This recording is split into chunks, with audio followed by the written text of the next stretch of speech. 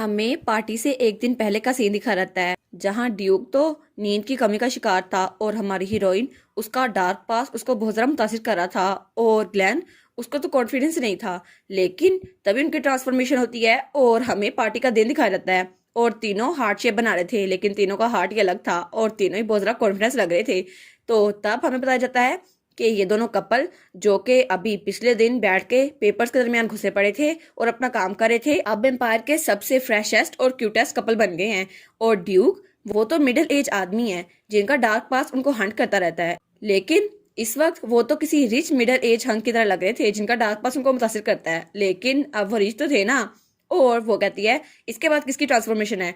और तभी हमें वो दोनों भाई दिखा जाते हैं, जैक और एस्टर। तो दोनों आपस में लड़ रहे थे। वो कहती है बस कर दो, तुम लोगों ने भी फाइट करना बंद नहीं की क्या? तुम लोग ये इसलिए कर रहे हो ताकि तुम लोग को इस एपिसोड में और टाइम मिले?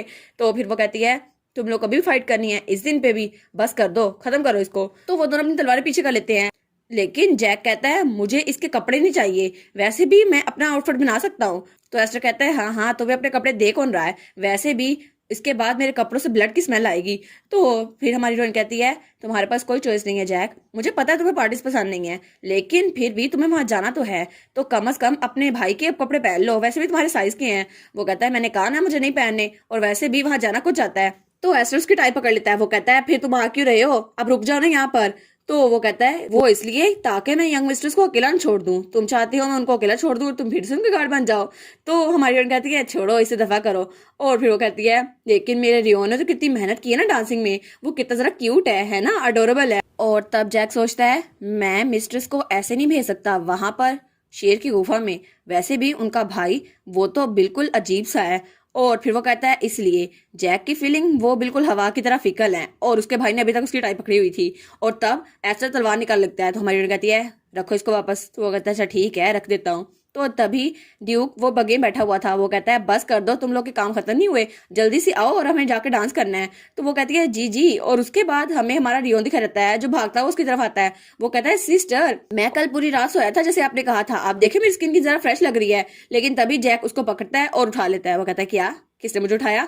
तो जैक उसको अपनी बग्गी में बिठाने लगता है। वो कहता है यंग मास्टर आपकी जगह यहाँ पर है, और हमारी हीरोइन दूसरी बग्गी में बैठ रही थी। तो तब रियोन बेचारा एस्टर और जैक के दरमियान फिसा हुआ था और वो बहुत ज्यादा नर्वस लग रहा था, और दोनों बग्गियां अपने रास्ते पे जा रही थी। और हमारी हीरोइन सोचती है मुझे तो सारे डांस आते हैं, वार्ड से लेकर स्विंग तक हर चीज। तो उसका डैड कहता है परफेक्ट, जैसे मैंने अपनी बेटी से एक्सपेक्ट किया था वैसा ही। वो कहती है ऑफ कोर्स। और वो सोचती है डांसिंग तो इकलौती हॉबी है जो मेरी फैमिली में हर किसी को आती है, और ये इंटरटेनमेंट का बहुत ज्यादा तरीका है। और तब वो कहती है वैसे भी टोटल मैंने 60 साल की जिंदगी गुजारी है, तो इस दौरान मेरा डांस पार्टनर कोई भी हो मैं काम चला लूंगी। और उस वक्त वो फादर और डॉटर डांस के लिए क्रेजी थे। तो हमारी हीरोइन सोचती है बस एक बार मुझे पता चल गया कि मेरे पास डांस का टैलेंट है, फिर तो मैं बाल रूम से निकलती ही नहीं हूँ। और वैसे भी सेरेमनियल डांस हो या कुछ भी हो, मैं हमेशा हर चीज कर सकती हूँ। मैंने सांबा भी सीख लिया और हिप हॉप भी। और तब घोड़ा आगे बढ़ा था तो ड्यूक कहता है तुमने घोड़े के पाँव की आवाज सुनी रोजलिट? तो वो कहती है जी फादर। तो वो कहता है घोड़े के पाँव की आवाज, ऐसा लग रहा है वो हमें डांस करने के लिए मजबूर कर रही है। वो कहती है हाँ हाँ डांस आपने कहा। और तब वो दोनों दोबारा से डांस करने लग जाते हैं, हॉर्स डांस, जो कि गंगम स्टाइल लग रहा था। तो ग्लेन कहता है बस कर दे, अब आप दोनों बैठ जाएं। और वो तो पूरा चमक रहा था, उस पर तो बहुत तैयारी हुई हुई थी। तो हमारी कहती है ग्लेन तुम तो बहुत ज्यादा नाइस और फैंसी लग रहे हो। तो वो कहता है बस कर दे प्लीज, मुझे ऐसे डिस्क्राइब करना बंद कर दे। तो ड्यूक कहता है हाँ बिल्कुल बस कर दो, वो ठीक कह रहा है, उसे तुम ब्यूटीफुल और एलिगेंट को। तो वो कहती है मुझे माफ कर दे, मेरी मिस्टेक थी। तो ग्लैन सोचता है आखिर इस फैमिली के साथ मसला क्या है। और तब वो लोग वहां पहुंच चुके थे। तो हमारी हीरोइन कहती है आप लोग को पता है ड्यूक की बेटी होने का फायदा क्या है? सबसे बड़ा फायदा ये है कि हमें वेटिंग लाइन में इंतजार नहीं करना पड़ता। और वो और उसका डैड दोनों झूलते हुए आगे जा रहे थे, और पीछे ग्लेन और रियोन आराम से आ रहे थे। तो तभी वहां पर एक नाइट आती है। वो कहती है आप लोग प्लीज आप वेपन्स यहाँ पर रखवा दें, वेपन्स अंदर अलाउ नहीं है। तो हमारा एस्टर कहता है ये वेपन नहीं है, इस पे तो मैं अचार डाल के खाऊंगा। तो जैक कहता है हाँ हाँ, और ये मेरी लाइफ पार्टनर है, इसका नाम है एलिस। तो वो कहती है नहीं नहीं, चाहे आपके वेपन्स जैसे मर्जी हो, लेकिन प्लीज आप इसको अंदर नहीं ले जा सकते और अपने खाने को एंजॉय कीजिएगा। तो वो दोनों अपने वेपन्स वहां पर रख देते हैं।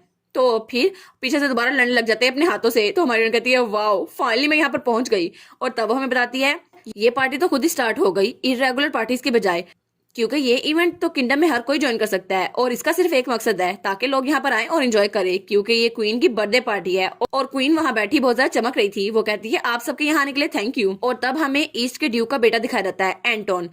और उसके बाद साउथ के ड्यूक की बेटी डोरोथी, और फिर वहां थी वेस्ट के ड्यूक की बेटी हमारी रोजलिट। तो वो कहती है क्या नॉर्थ कुछ ज्यादा बिजी नहीं है? हाँ हाँ बिल्कुल, ऑफ कोर्स रोजलिट, नॉर्थ का ड्यूक किसी और नावल में बिजी होगा ना, वैसे भी नॉर्दर्न ड्यूक तो बहुत ज्यादा फेमस होते हैं।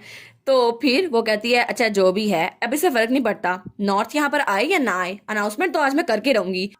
तब वो अपना कदम आगे बढ़ाती है और कहती है अटेंशन एवरीबॉडी, और फिर अपने भाई को इंट्रोड्यूस करवाते हुए कहती है ये मेरा छोटा भाई एस्टियन रॉक्सबर्ग, और ये बहुत ज्यादा इंपॉर्टेंट है इसलिए मैं दूसरी बार कहूंगी, कम ऑन सब लोग यहाँ पर देखें मेरा भाई कितना ज्यादा क्यूट और हैंडसम है।